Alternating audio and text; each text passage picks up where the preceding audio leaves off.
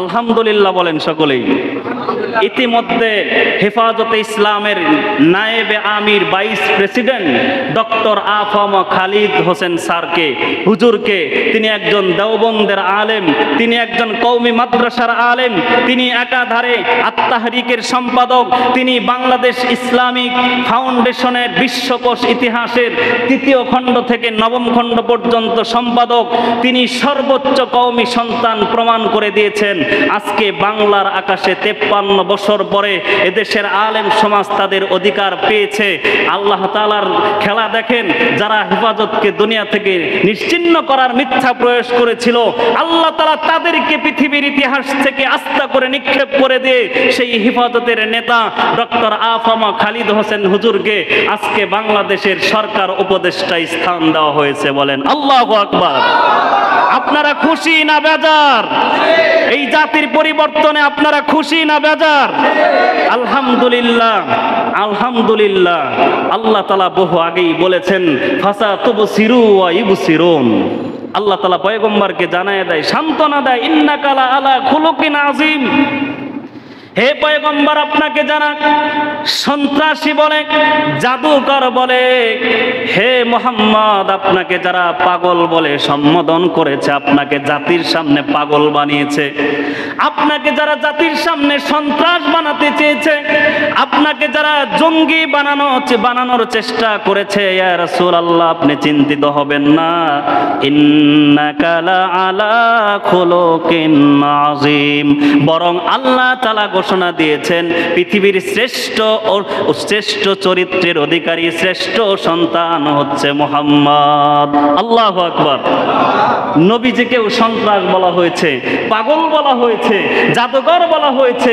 নবীজিকে যখন এই সমস্ত অ্যাটাকমূলক শব্দ ব্যবহার করে আল্লাহর রাসূলকে যখন আক্রমণ করা হয়েছে, আল্লাহ তাআলা রাসূলের চরিত্রের সার্টিফিকেট দিয়ে বলেছেন, আপনি উত্তম আদর্শওয়ালা, বরঞ্চ ফাসাতুবসিরু ওয়া ইবসিরুন, আপনি অপেক্ষা করেন, অচিরেই আমি আল্লাহ প্রমাণ করে দেব আসল পাগল আপনি নন, আসল পাগল হচ্ছে আবু জাহেলের গোষ্ঠীরা। কথা কোন ঠিক কিনা? আল্লাহ প্রমাণ করে দিয়েছিলেন।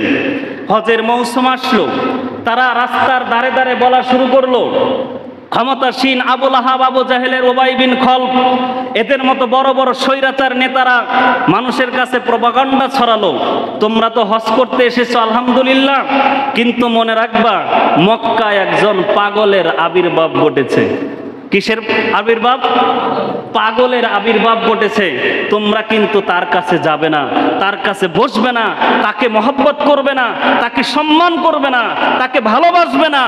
এগুলো প্রপাগান্ডা যখন তারা রাস্তার মোড়ে মোড়ে বলা শুরু করেছিল, আমার ভাইয়েরা, মানুষের মধ্যে তখন একটা কাজ সেন্সিটিভ মানুষের মস্তিষ্কে ঢুকেছিল। কি ব্যাপার? পাগলের কথা তো বলবে ল্যাংটা পোলাপনে, পাগলের কথা তো বলবে সমাজের নিম্ন শ্রেণীর যুবকেরা, উদ্ভট যুবকেরা পাগলকে পিটায়। কথা কোন ঠিক কিনা? আগে দেখেন নাই রাস্তাঘাটে পাগল গেলে তাদেরকে ডেলাইতো, এটাই তো মারপিট করতো। কারা করতো?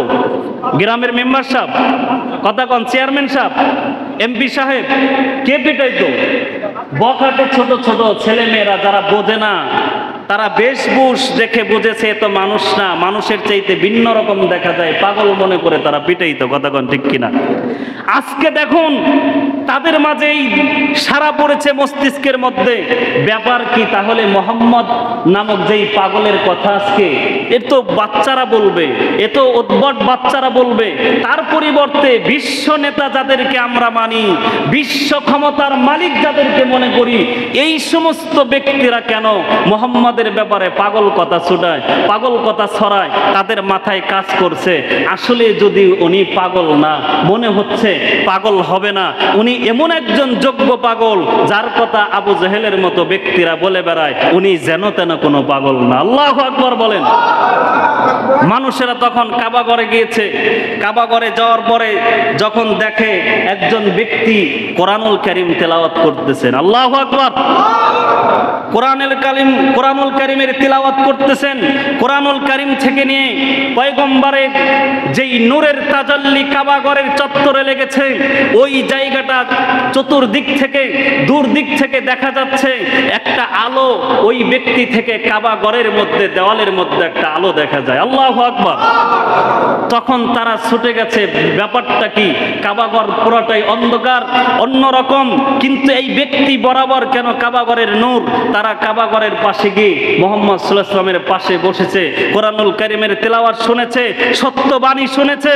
সত্যবাণী শুনতে শুনতে মনের অজান্তে কতজন পয়গম্বরের কাছে ইসলাম গ্রহণ করেছেন, আল্লাহু আকবার। আমরা বলতে চাই, দুনিয়ার সৎ মানুষগুলোকে পচাবার জন্য স্বৈরতন্ত্র, স্বৈরাচার, খুনিরা কখনোই ভালো শব্দ ব্যবহার করে নাই। আপনারা জানেন ইতিমধ্যে 2024 সাল পর্যন্ত শুধু রাজাকার ছিল ইসলামপন্থী দাড়িওয়ালা টুপিওয়ালারা, কথা কোন ঠিক কিনা?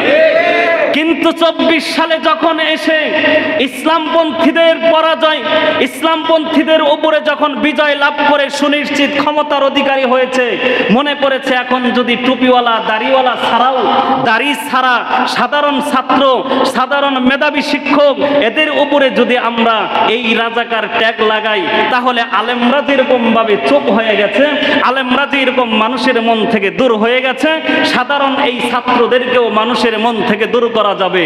এই মিথ্যা প্রয়াস নিয়ে সাধারণ ছাত্র জনতাকে যখন রাজাকারের বাচ্চা বলে সম্বোধন করেছে সর্বোচ্চ ক্ষমতার ব্যক্তিটা, আল্লাহ তাআলা অচিরেই প্রমাণ করে দিয়েছেন এই দেশে রাজাকারদেরই বসবাস। এই দেশে তথাকথিত মুক্তিযোদ্ধার চেতনার নামে এই দেশকে লুটে পুটে খাওয়া সন্ত্রাসীদের হাতে এই বাংলার জমিন নিরাপদ নয়, বাংলাদেশের প্রতি ইঞ্চি মাটি নিরাপদ নয়। আল্লাহ তাআলা মুহূর্তের মাঝে এই বাংলাদেশ থেকে সর্বোচ্চ ক্ষমতাধীন খুনি হাসিনাকে আল্লাহ তাআলা পালাবার সুযোগ ছাড়া অন্য কিছুই দেয় না, এই কথা কোন ঠিক কিনা? যাকে তাকে পাগল বলা যাবে? যাকে তাকে সহজ সরল পেয়ে তার উপর যা খুশি তাই করা যাবে? তাদের উপর দফা তৈরি করে তাদের লিস্ট করা হয়েছে। কি করা হয়েছে? কারা কারা এই সরকারের আকর্ম কুকর্ম সম্পর্কে কথা বলে একটু লিস্ট করেন। এলাকা থেকে লিস্ট করে করে মানুষগুলোকে আজকে কারারুদ্ধ জীবন দেওয়া হয়েছে, কতক্ষণ ঠিক কিনা? কোন এলাকায় কতজন কারাগারে আছে আপনারা তালিকা করুন। যারা কারাগারে দেওয়ার জন্য তালিকা করেছিল, আজকে আপনারা কারাগারে কে কে আছে তালিকা করুন। ইনশাআল্লাহ 24 ঘন্টার মধ্যে যদি আপনারা সেই তালিকা করে বর্তমান তত্ত্বাবধায়ক সরকার, অন্তর্বর্তীকালীন সরকার প্রধানের হাতে যদি এই স্মারকলিপি তুলে দিতে পারেন, এই তালিকা তুলে দিতে পারেন, মনে রাখবেন অপরাধীরা আর বেঁচে থাকতে পারবে না, অপরাধীরা পালিয়ে থাকতে পারবে না। অপরাধীদের প্রতিটি খুনের, প্রতিটি বুলেটের, প্রতিটি অস্ত্রের, প্রতিটি গুমের বিচার এই বাংলার জমিনে ইনশাআল্লাহ হবেই হবে, কথা কোন ঠিক কিনা? কাউকে ছাড় দেওয়া হবে না। বলতে পারেন হুজুর কোরআন হাদিস থেকে কথা বলেন। আরে ভাই, কোরআন হাদিস থেকে কথা বলার কারণেই তো আজকে আমাদের পরিস্থিতি এরকম হয়েছিল। কোরআন হাদিস থেকে আমরা সাবধান করার কারণেই এরকম হয়েছিল। বহুবার বোঝানোর চেষ্টা করেছি, মানুষের উপর জুলুম করবেন না, জুলুম কিন্তু স্থায়িত্ব হয় না। কি চেষ্টা করি নাই? কথা বলেন, করি নাই? জুলুম করলে যেদিন আপনার মাজলুম হবেন সেদিন বুঝতে পারবেন জালেম হয়ে আমি কত বড় অন্যায় করেছি। আজকে যারা নিজের বাড়িতে থাকতে পারতেছেন না, আজকে ঘরবাড়ি শূন্য হয়েছেন, আবার এর মানে কেউ বুঝবেন না আমরা কিন্তু এদেশের আলেমগণ, শিক্ষিত সচেতন মানুষ কখনোই বলবে না তোমরা কারো বাড়িতে আগুন দাও, এটা ইসলামে নাই। আপনারা জানেন যখন মক্কা বিজয় হলো, মক্কা বিজয়ের পরে বিশ্বনবী রাহমাতুল্লিল আলামিনের ব্যাপারে মক্কার কুরাইশ কাফেররা চিন্তা করেছিল এখন আর আমাদের বুঝি আর দুনিয়াতে বেঁচে থাকা হবে না।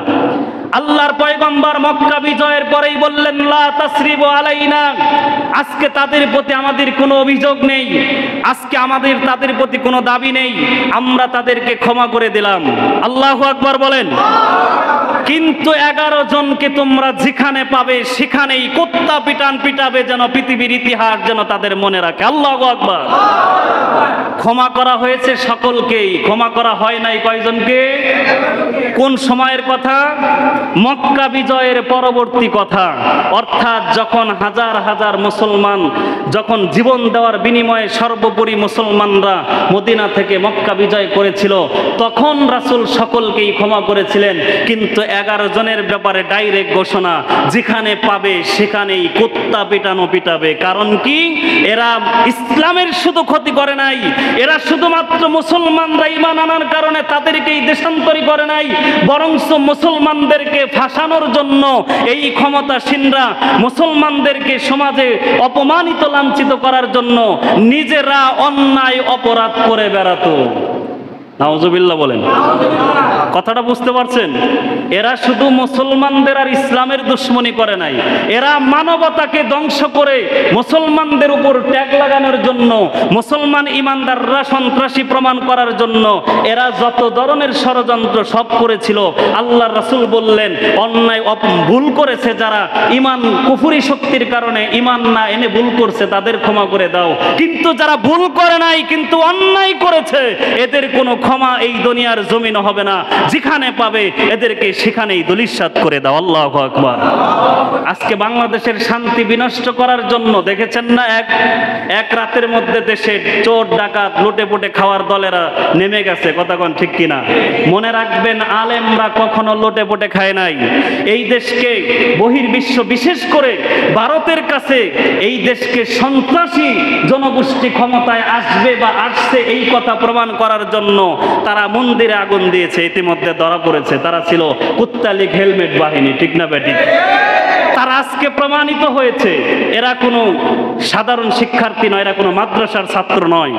আজকে প্রমাণিত হয়েছে মাদ্রাসার ছাত্ররা দেশে দেশে, আমি আমার থানা উপজেলা দামরাই উপজেলার কথা বলি, গত রাতের কথাও বলি, আমাদের সংগঠন ওলামায়ে কেরামদের যে ইসলামী সংগঠনের বহু ব্যানারের মানুষগুলো আজকে হিন্দুদের মূর্তিগুলো পাহারা দিয়েছে। আল্লাহু আকবার বলেন।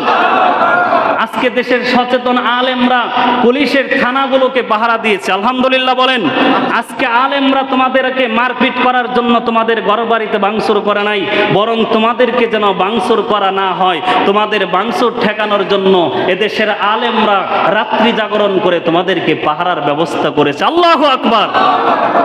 কই আলেমরা তো সুযোগ পেয়ে তোমাদেরকে সেই হেফাজতের বদলা নিল না? কই আলেমরা তো সুযোগ পেয়ে তোমাদেরকে সেই শাপলা চত্বরের রক্তের খুনের বিচার চাইল না? সেই বিচার তো তাদের হাতে তুলে নেয় নাই। আলেমরা জানে ওয়ামাকারু মাকারাল্লাহ আল্লাহু খায়রুল মাকিরিন। আলেমরা জানে আল্লাহ তাআলা বহু আগেই বলেছে, ওরা ষড়যন্ত্র করতে থাকুক, ওরা বাহানা করতে থাকুক, যা খুশি বলতে থাকুক, তোমরা ধৈর্য ধারণ করো, সহ্য করো, প্রতিবাদের জন্য তৈরি হও, তোমরা তোমাদের উত্তম আচরণ দিয়ে এই দেশের পরিবর্তন ঘটাও। বলেন আল্লাহু আকবার।